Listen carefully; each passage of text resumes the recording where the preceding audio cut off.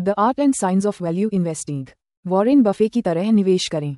Scott Thompson द्वारा एक विस्तृत हिंदी सारांश। प्रस्तावना। बफे के सिद्धांतों की यात्रा। ये पुस्तक केवल वॉरेन बफे की सफलता के किस्से सुनाने के लिए नहीं है। यह उन सिद्धांतों, मानसिक मॉडलों और व्यवहारिक प्रक्रियाओं की एक व्यवस्थित रूपरेखा प्रस्तुत करती है जिन्होंने दुनिया के सबसे सफल निवेशक को बनाया।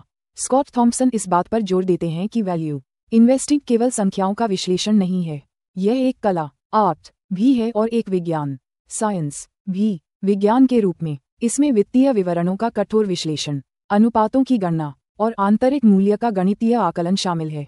ये तर्कसंगत, डेटा आधारित और पद्धतिगत है। कला के रूप में इसमें एक व्यवसाय और उसके प्रबंधन की गुणवत्ता का आकलन करने की क्षमता, बाजार के मनोविज्ञान को समझना और दीर्घकालिक दृष्टिकोण रखने का धैर्य शामिल है। यह अमूर्त और अनुभव आधारित है। ये सारांश आपको इसी द्वंद्व के माध्यम से ले जाएगा जिससे आप न केवल क्या करना है बल्कि क्यों करना है और कैसे करना है ये भी समझ सकेंगे। भाग 1। वैल्यू इन्वेस्टिंग की नींव, मूल सिद्धांत। 1.1 बेंजामिन ग्राहम। वैल्यू इन्वेस्टिंग के जनक वॉरेन बफे की नींव उनके गुरु बेंजामिन ग्राहम द्वारा रखी गई थी। ग्राहम के सिद्धांत आज भी उतने ही प्रासंगिक हैं जितने उनके जमाने में थे। मिस्टर मार्केट की दंतकथा, the allegory of mister market. ये शेयर बाजार को समझने की सबसे शक्तिशाली रूपक है। कल्पना कीजिए कि मिस्टर मार्केट आपका एक मूडी व्यापारिक साझेदार है। हर दिन वह आपके दरवाजे पर आकर आपकी हिस्सेदारी खरीदने या बेचने का एक नया प्रस्ताव लेकर आता है। कभी वह बहुत खुश बुल मार्केट होता है और ऊंचे दामों पर खरीदने को तैयार हो जाता है। कभी वह बहुत उदास बेयर मार्केट होता है और निचले दामों पर बेचने को तैयार हो जाता है। बफे की सीख। मिस्टर मार्केट की मूर्खता का फायदा उठाएं। उसकी सलाह कभी न मानें। जब वह उदास होकर सस्ते में बेच रहा हो तो खरीदार की तरह सोचें। जब वह खुश होकर ऊंचे दाम दे रहा हो तो विक्रेता की तरह सोचें। आपको मिस्टर मार्केट के मूड से प्रभावित नहीं होना है। आंतरिक मूल्य बनाम बाजार मूल्य, intrinsic value vs market price. यह वैल्यू इन्वेस्टिंग का केंद्रीय स्तंभ है। बाजार मूल्य वह कीमत जिस पर शेयर बाजार में कारोबार कर रहा है। ये हर पल बदलती रहती है और भावनाओं, अटकलों और खबरों से प्रभावित होती है। आंतरिक मूल्य कंपनी की वास्तविक अंतर्निहित कीमत। यह उसके भविष्य के नकदी प्रवाह, संपत्तियों, ब्रांड और लाभ कमाने की क्षमता पर आधारित है। यह एक स्थिर और तर्कसंगत आंकड़ा है। लक्ष्य ऐसे शेयर ढूंढना जहां बाजार मूल्य आंतरिक मूल्य से काफी नीचे हो। यही 50 पैसे में $1 खरीदने का अर्थ है। सुरक्षा का अंतर, मार्जिन ऑफ सेफ्टी मोस। ग्राहम ने इसे वैल्यू इन्वेस्टिंग की केंद्रीय और निर्णायक अवधारणा बताया। परिभाषा, आंतरिक मूल्य और खरीद मूल्य के बीच का अंतर। आप किसी शेयर को उसके आंतरिक मूल्य के बराबर नहीं बल्कि उससे काफी कम कीमत पर खरीदते हैं। गणना, मोस प्रतिशत इक्वल्स आंतरिक मूल्य खरीद मूल्य। आंतरिक मूल्य गुना 100। महत्व, यह अंतर आपकी गणनाओं में हुई त्रुटियों, अप्रत्याशित मंदी या कंपनी विशिष्ट समस्याओं के खिलाफ एक सुरक्षा कवच का काम करता है। 30-50% का सुरक्षा अंतर आदर्श माना जाता है। भारतीय उदाहरण, मान लीजिए आपने अजय केमिकल्स का आंतरिक मूल्य 1000 रुपये आंका है। यदि आप इसे 600 रुपये में खरीदते हैं तो आपके पास 40% का सुरक्षा अंतर है। इसका मतलब है कि अगर आपकी गणना 40% गलत भी हो जाए तब भी आप बचे रहेंगे। 1.2 फिलिप फिशर। गुणवत्ता पर जोर। ग्राहम मुख्य रूप से सस्ते शेयरों, कम पीबी, कम पीई की तलाश करते थे। फिलिप फिशर ने इस दर्शन में उत्कृष्ट गुणवत्ता वाली कंपनियों का आयाम जोड़ा। बफे ने इन दोनों के सिद्धांतों का मेल करके अपनी शैली विकसित की। एक उत्कृष्ट कंपनी को एक उचित मूल्य पर खरीदें। फिशर के योगदान, ग्रोथ इन्वेस्टिंग, लंबी अवधि तक बढ़ने वाली कंपनियों में निवेश पर जोर। स्कटिंग, स्कटलबट, कंपनी के ग्राहकों, प्रतिस्पर्धियों, पूर्व कर्मचारियों और आपूर्तिकर्ताओं से बात करके गहन गुणात्मक शोध करना। प्रबंधन की गुणवत्ता, ईमानदार, सक्षम और शेयरधारक हितैषी प्रबंधन का महत्व। 1.3 चार्ली मंगर। बहु अनुशासनात्मक मॉडल। बफे के साथी चार्ली मंगर ने वैल्यू इन्वेस्टिंग को एक नया दृष्टिकोण दिया। उनका मानना है कि निवेश के निर्णय लेते समय केवल वित्त और लेखांकन का ज्ञान ही पर्याप्त नहीं है। उन्होंने बहु अनुशासनात्मक मॉडल का प्रस्ताव रखा। अवधारणा, मनोविज्ञान, भौतिकी, जीव विज्ञान, इतिहास, दर्शन आदि जैसे विभिन्न विषयों की मानसिक मॉडल का उपयोग करके व्यवसायों और बाजारों को बेहतर ढंग से समझना। उदाहरण, मनोविज्ञान से सामाजिक प्रमाण, भीड़ चाल का ज्ञान आपको बाजार के बुलबुले में फंसने से बचा सकता है। भौतिकी से अभिवृद्धि, थ्रेशहोल्ड इफेक्ट्स, का सिद्धांत आपको समझा सकता है कि कैसे एक कंपनी एक निश्चित बाजार हिस्सेदारी के बाद अचानक तेजी से बढ़ती है। भाग 2, वॉरेन बफे का निवेश दर्शन, 4 स्तंभ। स्कॉट थॉम्पसन बफे के दर्शन को 4 स्पष्ट स्तंभों में पिरोते हैं। 2.1 स्तंभ 1, व्यवसाय मानसिकता, द बिजनेस माइंडसेट। बफे कहते हैं, मैं एक बेहतरीन व्यवसाय खरीदना चाहता हूँ, न कि एक बेहतरीन शेयरधारक से व्यवसाय मालिक तक। अपने आप को शेयरधारक नहीं, बल्कि उस व्यवसाय का आंशिक मालिक समझें। जब आप हिंदुस्तान यूनिलीवर का एक शेयर खरीदते हैं, तो आप उस विशाल कंपनी का एक छोटा सा हिस्सेदार बन जाते हैं जो सर्फ, लक्स और ब्रू जैसे ब्रांड चलाती है। दीर्घकालिक दृष्टिकोण, आप एक व्यवसाय को उम्मीद से नहीं बेचते कि कल उसकी कीमत बढ़ जाएगी। आप उसे तब तक रखते हैं जब तक वह अच्छा प्रदर्शन कर रहा हो। बफे का प्रसिद्ध कथन है, हमारा पसंदीदा होल्डिंग पीरियड हमेशा के लिए है। सादगी को प्राथमिकता, अपने क्षमता के दायरे, सर्कल ऑफ कॉम्पिटेंस में रहें। उन व्यवसायों में निवेश करें जिन्हें आप समझते हैं। एक सॉफ्टवेयर इंजीनियर के लिए आईटी कंपनियों को समझना आसान होगा, जबकि एक डॉक्टर फार्मा कंपनियों को बेहतर समझ सकता है। 2.2 स्तंभ 2, आर्थिक खाई, द इकोनॉमिक मोट। ये बफे के दर्शन का सबसे महत्वपूर्ण अवधारणाओं में से एक है। आर्थिक खाई से तात्पर्य एक कंपनी की वह टिकाऊ प्रतिस्पर्धात्मक बढ़त है जो प्रतिद्वंद्वियों को उसकी लाभप्रदता और बाजार हिस्सेदारी को नुकसान पहुंचाने से रोकती है। ये किले की खाई की तरह है जो कंपनी को प्रतिस्पर्धा से बचाती है। खाई के प्रमुख स्रोत, ब्रांड की ताकत, ब्रांड पावर। कंपनी का ऐसा ब्रांड जिसके लिए ग्राहक अतिरिक्त मूल्य चुकाने को तैयार हों। भारतीय उदाहरण, टाइटन। लोग टाइटन की घड़ी या ज्वेलरी सिर्फ उत्पाद के लिए नहीं, बल्कि उसके ब्रांड, विश्वसनीयता और स्टेटस के लिए खरीदते हैं। ताजमहल पैलेस होटल भी एक ऐसा ही ब्रांड है। लागत लाभ, कॉस्ट एडवांटेज। कंपनी का प्रतिस्पर्धियों की तुलना में कम लागत पर उत्पादन करने में सक्षम होना। भारतीय उदाहरण, अंबुजा सीमेंट। उसके पास रणनीतिक रूप से स्थित प्लांट हैं जो उसे रॉ मटेरियल और ईंधन की लागत में बचत करने में मदद करते हैं। DMART अपने कुशल सप्लाई चेन और कैश एंड कैरी मॉडल के कारण किराना सामान सस्ते में बेच पाता है। नेटवर्क प्रभाव, नेटवर्क इफेक्ट। जितने अधिक लोग उत्पाद या सेवा का उपयोग करते हैं, उसका मूल्य उतना ही अधिक बढ़ता जाता है। भारतीय उदाहरण, पेटीएम, फोनपे। जितने ज्यादा व्यापारी और उपयोगकर्ता इन प्लेटफॉर्म से जुड़ेंगे, यह उतना ही मूल्यवान बनता जाएगा। ज़ोमैटो का रेस्तरां और ग्राहकों का नेटवर्क भी एक खाई है। सरकारी नियमन, patent, government regulation, patents. Company के पास सरकारी लाइसेंस या पेटेंट होना जो प्रतिस्पर्धा को सीमित करते हैं। भारतीय उदाहरण, कोल इंडिया जैसी PSUs का कोयला खनन का एकाधिकार। सन फार्मा जैसी फार्मा कंपनियों के पास कुछ दवाओं के पेटेंट। उच्च स्विचिंग लागत, हाई स्विचिंग कॉस्ट्स। ग्राहकों के लिए एक उत्पाद, सेवा छोड़कर दूसरे में जाना मुश्किल या महंगा होना। भारतीय उदाहरण, टैली का अकाउंटिंग सॉफ्टवेयर। करोड़ों छोटे व्यवसायों के लिए अपना पूरा अकाउंटिंग डेटा और प्रक्रिया बदलना बहुत कठिन है। एक मजबूत खाई का परिणाम, उच्च और टिकाऊ रिटर्न ऑन कैपिटल, ROC, जो बफे का पसंदीदा मैट्रिक है। 2.3 स्तंभ 3, प्रबंधन की गुणवत्ता, द क्वालिटी ऑफ मैनेजमेंट। एक महान व्यवसाय को भी एक अयोग्य प्रबंधन बर्बाद कर सकता है। बफे प्रबंधन के 3 गुणों को सबसे जरूरी मानते हैं, ईमानदारी और अखंडता, ऑनेस्टी और इंटीग्रिटी। प्रमोटर, प्रबंधन का शेयरधारकों के प्रति ईमानदार और पारदर्शी होना सबसे महत्वपूर्ण है। वे शेयरधारकों के पैसे को अपना पैसा समझते हों। जांच के तरीके, MCA 21 पोर्टल पर प्रमोटर के पिछले रिकॉर्ड देखें। कंपनी की एनुअल रिपोर्ट में प्रबंधन की चर्चा पढ़ें। क्या वे गलतियों को स्वीकार करते हैं या छुपाते हैं? पूंजी आवंटन कौशल, कैपिटल एलोकेशन स्किल्स। कंपनी का मुनाफा प्रबंधन कहाँ लगा रहा है? क्या वह उच्च रिटर्न वाले नए प्रोजेक्ट्स में, शोध और विकास में लगा रहा है, या फिर ऐसे विस्तार में लगा रहा है जो मूल्य नष्ट कर रहा है? या सबसे खराब, क्या वह अपनी बढ़ी हुई तनख्वाहों में लगा रहा है? उदाहरण, एक कंपनी जो लगातार मुनाफा कमा रही है और उसे नए प्लांट लगाने या शोध में लगा रही है, वह एक अच्छी पूंजी आवंटक है। तर्कसंगतता, रैशनैलिटी। प्रबंधन का बाजार के दबावों से प्रभावित हुए बिना तर्कसंगत निर्णय लेना। वे ऐसे एक्विजिशन, अधिग्रहण नहीं करते जो उनके अहम को तुष्ट करते हों, बल्कि वे दोष करते हैं जो शेयरधारक मूल्य बढ़ाते हों।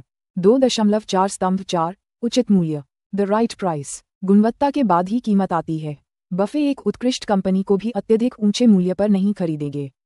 सुरक्षा का अंतर का पालन, भले ही कंपनी बहुत अच्छी हो, खरीद मूल्य ऐसा हो कि पर्याप्त सुरक्षा का अंतर बचे। मूल्यांकन के तरीके, बफे मुख्य रूप से discounted cash flow DCF model का उपयोग करते हैं, जिसमें कंपनी के भविष्य के सभी नकदी प्रवाह का वर्तमान मूल्य निकाला जाता है। हालांकि छोटे निवेशक सरल अनुपातों का भी उपयोग कर सकते हैं, जैसे PE, PB और price to earnings growth PEG ratio, लेकिन हमेशा ऐतिहासिक औसत और प्रतिस्पर्धियों के संदर्भ में। भाग 3, वैल्यू इन्वेस्टिंग की व्यवहारिक प्रक्रिया, चरण दर चरण मार्गदर्शिका। स्कॉट थॉम्पसन एक स्पष्ट प्रक्रिया प्रस्तुत करते हैं जिसका कोई भी निवेशक पालन कर सकता है। चरण 1, संभावित विचारों की स्क्रीनिंग। स्क्रीनिंग फॉर आइडियाज, व्यापक ब्रह्मांड से संभावित निवेश ढूंढना। कुछ स्क्रीनिंग मापदंड, उच्च ROCE वाली कंपनियां, ROS ग्रेटर देन 18% और ROE ग्रेटर देन 15%, कम से कम 5-10 वर्षों तक। कम ऋण स्तर, debt to equity ratio less than 0.5। Bank और वित्तीय कंपनियों को छोड़कर। सकारात्मक और बढ़ता हुआ मुक्त नकदी प्रवाह, फ्री कैश फ्लो। उद्योग के नेता, बाजार में शीर्ष 3 कंपनियों में से एक। चरण 2, गहन व्यवसाय विश्लेषण, इन-डेप्थ बिजनेस एनालिसिस। स्क्रीनिंग के बाद शॉर्टलिस्टेड कंपनियों का गहन अध्ययन। व्यवसाय मॉडल को समझें, कंपनी पैसा कैसे कमाती है, इसके राजस्व के स्रोत क्या हैं। उद्योग का विश्लेषण, उद्योग की विकास दर क्या है, प्रतिस्पर्धा की तीव्रता कितनी है, नए खिलाड़ियों के प्रवेश के लिए बाधाएं क्या हैं। आर्थिक खाई की पहचान, कंपनी के पास ऊपर बताए गए खाई के कौन से स्रोत हैं, क्या ये खाई संकीर्ण हो रही है या चौड़ी। चरण 3, वित्तीय विश्लेषण, फाइनेंशियल एनालिसिस। संख्या आधारित जांच, बैलेंस शीट का विश्लेषण, मजबूती, ऋण स्तर और कार्यशील पूंजी की स्थिति जांचें। लाभ हानि विवरण का विश्लेषण, राजस्व और लाभ की वृद्धि दर, सकल और शुद्ध लाभ मार्जिन की स्थिरता देखें।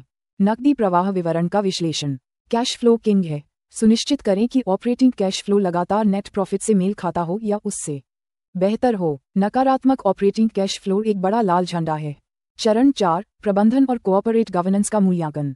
प्रमोटर, प्रबंधन की पृष्ठभूमि, उनकी शिक्षा, अनुभव और पिछले ट्रैक रिकॉर्ड की जांच करें। शेयर होल्डिंग पैटर्न, क्या प्रमोटर की हिस्सेदारी उच्च, ग्रेटर देन 50% और स्थिर है। स्किन इन द गेम, शेयरधारकों के साथ संचार, एनुअल रिपोर्ट्स और कॉन्फ्रेंस कॉल को पढ़ें, सुनें। क्या प्रबंधन स्पष्ट और पारदर्शी है। संबद्ध पक्ष लेनदेन, रिलेटेड पार्टी ट्रांजैक्शंस RPTS का उच्च स्तर एक बड़ा लाल झंडा है, क्योंकि इससे कंपनी के पैसे का दुरुपयोग हो सकता है। चरण 5, आंतरिक मूल्य का आकलन, एस्टिमेटिंग इंट्रिंसिक वैल्यू। ये सबसे कठिन चरण है। DCF जटिल है, इसलिए सरल तरीके। पे विधि, आंतरिक मूल्य इक्वल्स भविष्य में अनुमानित एप्स गुना उचित PE अनुपात। उचित PE कंपनी की विकास दर, खाई और उद्योग के PE पर आधारित हो। ग्राहम का सूत्र, सावधानी के साथ, ग्राहम ने एक सूत्र दिया था, V इक्वल्स एप्स गुना 8.5 जोड़ 2G, जहां G दीर्घकालीन विकास दर है। इसे आज के संदर्भ में संशोधित करने की आवश्यकता है। एसेट बेस्ड विधि, बुक वैल्यू में कंपनी की जमीन, ब्रांड आदि की छुपी हुई कीमत जोड़ना, विशेषकर मैन्युफैक्चरिंग कंपनियों के लिए। महत्वपूर्ण यह है कि एक अनुमानित रेंज प्राप्त करें, न कि एक सटीक आंकड़ा। चरण 6, खरीदारी का निर्णय और पोर्टफोलियो प्रबंधन। खरीदें जब बाजार मूल्य आपके द्वारा गणना किए गए आंतरिक मूल्य से कम 25-30% नीचे हो, यानी अच्छा सुरक्षा अंतर हो। पोर्टफोलियो एकाग्रता, बफे और मंगर एकाग्रता में विश्वास करते हैं। एक बार आपको एक उत्कृष्ट अवसर मिल जाए तो उसमें भरपूर निवेश करें। 10-15 अच्छी कंपनियों का पोर्टफोलियो 50 औसत कंपनियों के पोर्टफोलियो से बेहतर प्रदर्शन करेगा। निगरानी, खरीदने के बाद भूले नहीं, हर तिमाही सुनिश्चित करें कि आपकी निवेश थीसिस, खाई, प्रबंधन, वित्तीय अभी भी सही है। चरण 7, बेचने का निर्णय। बफे शायद ही कभी बेचते हैं, लेकिन निम्नलिखित स्थितियों में बेचना उचित है। निवेश थीसिस गलत साबित होना, अगर कंपनी की आर्थिक खाई संकीर्ण हो रही है, प्रबंधन भ्रष्ट हो गया है या व्यवसाय मॉडल टूट गया है। कीमत बहुत अधिक बढ़ जाना, जब शेयर का बाजार मूल्य उसके आंतरिक मूल्य से काफी ऊपर पहुंच जाए और सुरक्षा का अंतर खत्म हो जाए। बेहतर अवसर मिलना, अगर आपको कोई और कंपनी मिलती है जो पहली से कहीं अधिक आकर्षक है और आपके पास निवेश के लिए अतिरिक्त पूंजी नहीं है। भाग 4, मनोविज्ञान और भावनात्मक अनुशासन, वास्तविक युद्ध का मैदान। स्कॉट थॉम्पसन इस बात पर बल देते हैं कि सफल निवेश के लिए आवश्यक ज्ञान और उपकरण होने के बावजूद अधिकतर लोग भावनाओं पर काबू न रख पाने के कारण असफल होते हैं। धैर्य, पेशेंस, वैल्यू इन्वेस्टिंग में तत्काल संतुष्टि नहीं मिलती। बाजार को किसी कंपनी के वास्तविक मूल्य को पहचानने में सालों लग सकते हैं। आपको एक किसान की तरह बीज बोकर फसल के आने का इंतजार करना होगा। लालच और डर, ग्रीड और फियर। बुल मार्केट के शीर्ष पर लालच आपको ऊंचे दामों पर खरीदारी करवाता है। बेयर मार्केट के तल पर डर आपको निचले दामों पर बेचवाता है। एक वैल्यू इन्वेस्टर इसका उल्टा करता है। विपरीत मानसिकता, कंट्रेरियन थिंकिंग। सफल निवेश के लिए जनसाधारण की राय के विपरीत चलना पड़ता है। जब सब बेच रहे हों तो खरीदने का साहस होना चाहिए, और जब सब खरीद रहे हों तो बेचने की बुद्धिमानी होनी चाहिए। ज्ञान का अभिमान, ओवर कॉन्फिडेंस, ये सोचना कि आप बाजार को हरा सकते हैं या भविष्य का अनुमान लगा सकते हैं, खतरनाक है। सुरक्षा का अंतर ही इस अभिमान के खिलाफ सबसे बड़ा बचाव है। भाग 5, भारतीय संदर्भ में वैल्यू इन्वेस्टिंग। पुस्तक में वर्णित सिद्धांत सार्वभौमिक हैं, लेकिन भारतीय बाजार में इन्हें लागू करते समय कुछ बातों का ध्यान रखना चाहिए। अवसर, विकास की कहानी। भारत एक उभरती हुई अर्थव्यवस्था है जिसमें मध्यम वर्ग का तेजी से विस्तार हो रहा है। ये बैंकिंग, एफएमसीजी, ऑटोमोबाइल, आवास और उपभोक्ता सेवाओं जैसे क्षेत्रों के लिए लंबी विकास दौर का संकेत देता है। अनदेखी मिड और स्मॉल कैप कंपनियां। बड़े कैप कंपनियों पर बड़े निवेशकों का ध्यान होता है, जिससे कीमतें अक्सर उचित होती हैं, लेकिन मिड और स्मॉल कैप सेगमेंट में ऐसी कई उत्कृष्ट कंपनियां छुपी होती हैं जिन्हें 50 पैसे में डॉलर की तरह खरीदा जा सकता है। चक्रीय उद्योग, cyclical industries, steel, cement, auto, shipping जैसे उद्योग अर्थव्यवस्था के चक्र के साथ उतार चढ़ाव करते हैं। मंदी के दौरान इनकी कीमतें बहुत गिर जाती हैं, जबकि उनका व्यवसाय बना रहता है। यह वैल्यू इन्वेस्टरों के लिए सुनहरा मौका होता है। चुनौतियां, कॉर्पोरेट गवर्नेंस। कुछ कंपनियों में प्रमोटर शेयरधारकों के हितों को नजरअंदाज कर सकते हैं। संबद्ध पक्ष लेनदेन, आरपीटीएस, पर कड़ी नजर रखनी चाहिए। जानकारी की कमी, छोटी कंपनियों के बारे में विश्वसनीय शोध रिपोर्ट्स की कमी हो सकती है।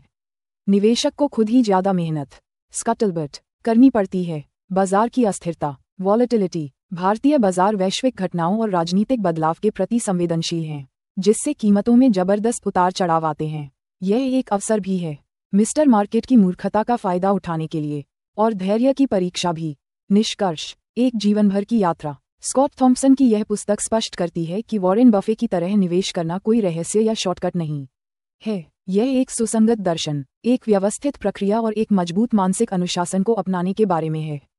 मुख्य सारांश, दर्शन, स्वयं को एक व्यवसाय का मालिक समझें, मिस्टर मार्केट की मूर्खता का फायदा उठाएं, उसकी सलाह कभी न मानें। मानदंड, उन कंपनियों में निवेश करें जिनके पास एक टिकाऊ प्रतिस्पर्धात्मक लाभ, आर्थिक खाई है, जिसका ईमानदार और सक्षम प्रबंधन है, और जिसे एक उचित मूल्य पर खरीदा जा सकता है, जिसमें पर्याप्त सुरक्षा का अंतर हो। प्रक्रिया, एक संरचित, चरण दर चरण शोध प्रक्रिया का पालन करें। जल्दबाजी न करें। मनोविज्ञान, धैर्य रखें, लालच और डर पर काबू पाएं, और विपरीत दिशा में सोचने का साहस रखें। लक्ष्य, लगातार ज्ञान अर्जित करें, अपने क्षमता के दायरे का विस्तार करें, और निवेश को एक रोमांचक जीवन भर की यात्रा के रूप में देखें। अंत में, बफे का ये कथन याद रखें, शेयर बाजार लघु अवधि में एक मतदान मशीन है, लेकिन दीर्घ अवधि में यह एक वजन मशीन है। आपका काम वजन मशीन के सही होने का इंतजार करते हुए मतदान मशीन की मूर्खताओं का फायदा उठाना है। यही वैल्यू इन्वेस्टिंग का सार है। दोस्तों, अगर आपको यह वीडियो या ये जानकारी उपयोगी लगी हो तो कृपया इसे लाइक करें और हमारे YouTube चैनल को सब्सक्राइब करना न भूलें। ऐसा क्यों करें? ताकि आप ऐसी ही और गहन व ज्ञानवर्धक सामग्री से जुड़े रह सकें। हमारा चैनल सब्सक्राइब करने से आपको नए वीडियोस के आने की सूचना तुरंत मिल जाएगी।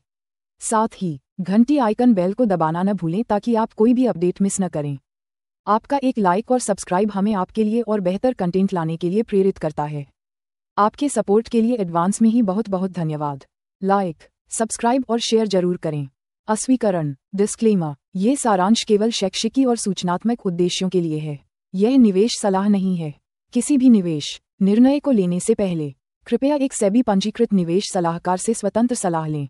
शेयर बाजार में निवेश बाजार जोखिमों के अधीन है। अतीत का प्रदर्शन भविष्य के परिणामों का संकेत नहीं है।